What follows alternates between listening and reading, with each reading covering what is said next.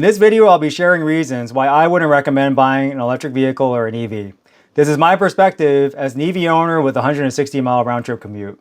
I frequently get asked by people whether they should buy an EV, and my answer is it depends. Depends on their needs and how they use a vehicle. This video is for people who are on the fence about buying an EV, maybe your friends and family are pushing to do so, or maybe you're curious because of government incentives. First reason, if you don't have access to a charger at home or work.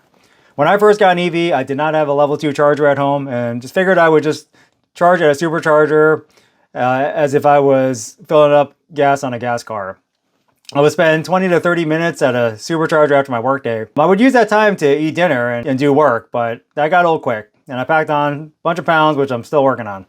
I've since installed a level 2 charger at home, and that has been a game changer, but more on that later. The cost of charging at a supercharger or a commercial charger is significantly higher than charging at home because you're paying commercial utility rates versus paying residential rates. I'll share an example to go through the numbers. According to Google, the average EV efficiency is 2.9 miles per kilowatt hour. For this example, we'll assume that we have driven 200 miles and need to charge back up. So 200 miles divided by 2.9 miles per kilowatt hour gives us around 69 kilowatt hours. That's the amount of energy we're going to put back into the battery. The electricity rate at my house is 14 cents per kilowatt hour. So 69 kilowatt hours times 14 cents per kilowatt hour gives us around $9.66. That's the cost to fill up at my house the amount of energy required to drive 200 miles. The supercharger that I pass by during my commute has an electricity rate of 35 cents per kilowatt hour. So 69 kilowatt hours times 35 cents per kilowatt hour comes out to a cost of around $24.15, more than double charging at home. Assuming gas is at $3.40 per gallon, which is what it's at in New Jersey at the time of this filming, we have $24.15 divided by $3.40 would come out to around 7.1 gallons of gas used. That'd be the equivalent.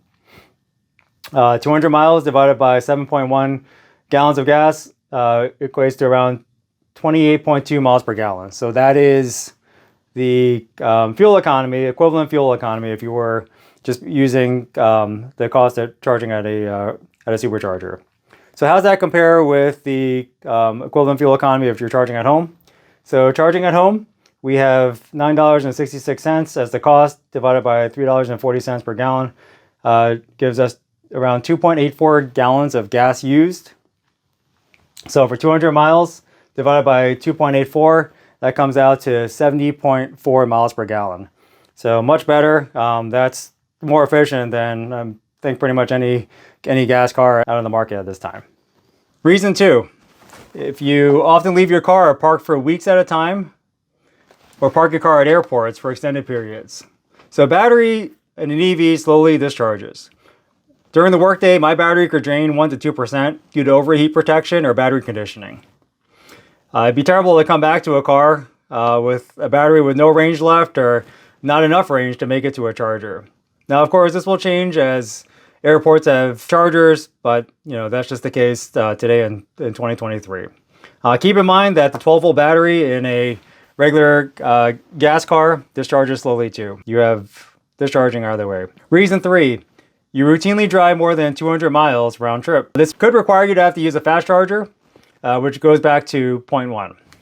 On occasion, it's probably fine, but it could be a pain if you need to do this on a daily basis. So I know you're probably thinking, yeah, there are multiple EVs with ranges above 300 miles. EV range can vary greatly depending on use. And if you're driving that much in a given day, you're probably driving on the highway. And from my experience, efficiency is not as good on a highway because of wind resistance, etc., compared to driving on local roads. In my case, when I was strictly driving on the highway, the range of my Model 3 Performance would be around 200 miles, which is much less than the 310-mile range that it was rated for. However, if I was driving strictly on local roads, low speeds, I could get close to the EPA-rated range. Reason 4, you live in an area where there is no charging infrastructure. Infrastructure offers flexibility for road trips, etc. If you don't have that, you may feel constrained to basically staying close to home. Reason 5, you're on a tight budget. There are many reasons why people buy EVs. Fast acceleration, low maintenance, not having to rely on oil, etc. Cost savings or saving money is one reason that I hear. This is one that I warn people about, as the cost of a new EV is more than a budget economical gas car, and a cheap used EV could have high repair costs, especially since it's based on older technology. I already talked about the cost of charging outside of the home. You can charge at home off of a 110 volt outlet, but the charge rate would be slow, about 1% per hour. If you don't drive much, say less than 20 miles per day, it should be just fine where you can get enough charge overnight. But if you would need a level 2 charger, factor in the cost of that, which would include installing a 220 volt outlet where the charger can plug into if you don't already have one, and the cost of a level 2 charger. I opted to install a sub panel in my garage. For that and the charger, I paid roughly $3,500, but I received a $1,500 credit from my utility company, so in the end it cost me $2,000. Also, insurance cost. The cost to insure my Tesla through Geico was 50% more than a traditional gas car. I've since switched and it's come down a bit, but it's still more. I don't know if that applies to all EVs or if that's unique to Tesla, but that's what I'm experiencing. Well, at this point, I'm going to transition to reasons I like having an EV. I no longer have to spend time at gas stations. I charge at home. Charging is a passive activity. I plug the charger into the car when I get home at night, and the car is fully charged the next morning. If you have a charger at home, workplace, or somewhere you frequent, it is a passive activity like charging your cell phone. I no longer have to get oil changes. I drive around 40,000 miles a year. Not having to think about oil changes or routine maintenance has been awesome. For my Model S Plaid, I've had to change tires relatively early, around 18,000 miles, but tires still lasted longer than on a high-power sports car. On the Model 3, I think it was still at the original tires at 40,000 miles. Yeah, that's kind of unique to the particular car that I have. Acceleration and traction are amazing. Yeah, I think that never gets old. Just how the instant torque will push you back against the seat and helps you get out of sticky situations. The cabin is really quiet. Since there is no engine noise, I can enjoy music more and also use my commute time for phone calls without people hearing my car running in the background. Storage space.